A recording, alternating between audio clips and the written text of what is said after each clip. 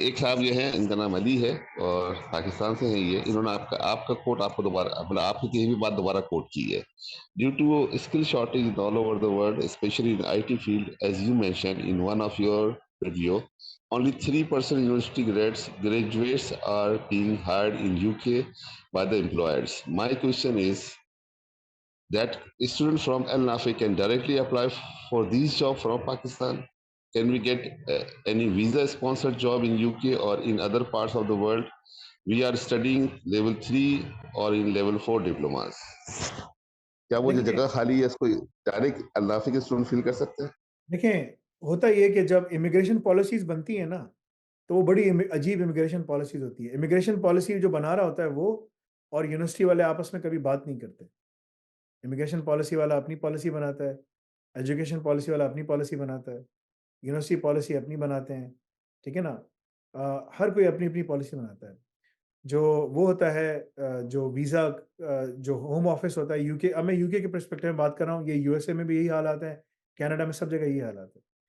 तो हर कोई अपने-अपने पर्सपेक्टिव से बनाता है, कोई आपस में बात नहीं करता। ये इसे कहते हैं गवर्नमेंट, वेस्ट के अंदर। Everyone is disconnected from each other, they are disconnected from the reality, ठीक है ना? बिकॉज़ वो हर कोई अपने-अपने हिसाब से काम करता है। उम्मत का भी यही हाल है, हर कोई डिवाइडेड है, डिस्कनेक्टेड है, ठीक है ना? तो सऊदी अलग चल रहा है, अलग डायरेक्शन में जा रहा है, पाकिस्तान अमेरिका के डायरेक्शन में जा रहा है, ठीक है ना? और यानी कि सब अपने-अपने अलग-अलग है ना? तो इमिग्रेशन पॉलिसी बनती है कि हमें जो स्टूडेंट यहाँ पढ़ेगा, ठीक है ना? उसको हम लोग वर्क परमिट दे देंगे। इमिग्रेशन पॉलिसी उसने बना दी। यूनिवर्सिटी वाले क्या करते हैं, जो स्टूडेंट यहाँ से पढ़ेगा उसको वर्क परमिट मिल जाएगा, पीएसडब्ल्यू मिल जाएगा, यूके में, कनाडा में उसको यूएसए में उसको अलग वर्क परमिट मिल जाएगा, ठीक है? कनाडा में उसको अलग वर्क परमिट मिल जाएगा, जर्मनी में सब जगह लोग वर्क परमिट देते हैं कि आप जाएँ जॉब तलाश के लिए। मिल गया आपको। एम्प्लॉयर कहता है, यार मुझे डिग्री नहीं चाहिए, मुझे तुम्हारा वर्क परमिट तो सही है, अच्छा है, चलो, लेकिन ना मुझे स्किल चाहिए, तुम्हारे पास स्किल है? वो बोलता है नहीं स्किल नहीं है, वर्क परमिट। कह रहा है वर्क परमिट तो ठीक है लेकिन मुझे ना वो चाहिए। अच्छा, अगर यही एम्प्लॉयर जाके बोले कि यार मुझे ना बाहर से बंदा लेकर आना है क्योंकि जो तुमने बंदा बना भेजा है, उसके पास वर्क परमिट तो है, मगर उसके पास डिग्री भी है, मगर उसको काम नहीं आता, मुझे मेरे पास टाइम नहीं है मैं उसको ट्रेन करूँ। तुम पागल हो गए, मैं इतने लोगों को थोड़ी ट्रेन कर सकता हूँ। तो वो जो है ना, इमिग्रेशन वाला भी इसकी बात नहीं सुनता, यूनिवर्सिटी वाले भी इसकी बात नहीं सुनते। ये एक कॉमन फिनोमेना है जो हार्वर्ड बिज़नेस रिव्यू ने भी किया है। मैं तो 2008 से बोलता आ रहा हूँ, ठीक है ना? लोगों हार्वर्ड बिज़नेस रिव्यू ने इतनी रिसर्च की। मैंने कहा इसमें कोई रिसर्च की बात ही नहीं थी, ठीक है ना? आप छोटी-सी रिसर्च करते हैं, छोटा सैंपल करते हो, आपको पता चल जाता है क्या हो रहा है। आपको इतना टाइम तुमने लगाया, सब कुछ किया, ठीक है ना? You already know, everyone knows कि क्या है। तुम जाके टॉप 500 एम्प्लॉयड से आके पूछते, हाँ भाई जिस यूनिवर्सिटी से आ रहा है कोई फ़ायदेमंद है? बोलेगा नहीं, को सब बेकार है, कोई फ़ायदा नहीं, किसी को कोई काम नहीं आता। सिर्फ़ बातें करना आती हैं, कोई काम नहीं आता। बस बात कर सकता है, लिख सकता है, बस ये कर सकता है, ठीक है ना? बस।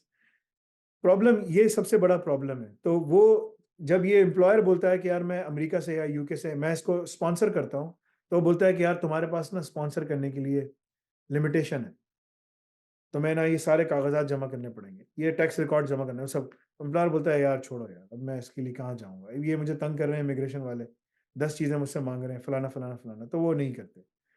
तो वो कहते हैं कि भई आपके बंदे वहाँ पर आएँ और काम करें। अच्छा, इमिग्रेशन वाले कहते हैं कि अगर तुमने किसी को वर्क परमिट पे बुलाना है, कम से कम उसके पास बैचलर्स हो, लेवल 6 की क्वालिफ़िकेशन। अगर तुम बोलो यार मेरे पे लेवल 3 है, 4 है, पता है लेवल 3, 4 के कोई पॉइंट्स थोड़ी हैं। या तो तुमने मैट्रिक किया है, या तो तुमने इंटर किया है, या तुमने बैचलर्स किया है। अब ये थोड़ी कि इंटर किया है ना, इंटर और बैचलर्स में इंटर, इंटर है, बैचलर्स, बैचलर्स है। तुम बोलो मैंने बैचलर्स 1 साल का 1 साल पढ़ा, 2 साल छोड़ दिया, लेवल 4 किया है। उन्होंने कहा इसको बैचलर्स थोड़ी है। तुम बोला यार लेवल 5 किया है, 2 साल पढ़ा है, 1 साल मैंने कंप्लीट नहीं किया। मैंने कहा यार ये बैचलर्स थोड़ी है। 3 साल पढ़ लिया, हाँ ये बैचलर्स है, ठीक है, इसके पूरे पॉइंट्स हैं। तो ये डायकोटोमी जो है, ये जो डिस्कनेक्ट है, ये हर वेस्टर्न ममालिक के अंदर है। यहाँ पर लड़के आते हैं पाकिस्तान से पीआर के ऊपर एज़ अ डॉक्टर। वो टैक्सी चला सकता है, हॉस्पिटल में काम नहीं कर सकता। मेरी वाइफ़ डॉक्टर है ना, मुझे मालूम है। अभी मेरा एक और स्टूडेंट आया अनज़ा इकराम, वो डॉक्टर है पाकिस्तान में। ये यहाँ उसकी इमिग्रेशन हो गई, कह रहा है मेरी इमिग्रेशन हो गई सर। मैंने कहा बहुत-बहुत मुबारक हो। कह रहा है सर मैं काम नहीं कर सकता। मैंने कहा मुझे मालूम है, क्योंकि वो यहाँ आएगा उसको पूरी ट्रेनिंग वापस से करनी पड़ेगी। कौन पागल पागल है कि वापस सारे एग्जाम्स पास करे, पूरी इंटर्नशिप करे, रेजिडेंसी करे, सब कुछ करे, फिर आए हॉस्पिटल में काम करने के लिए।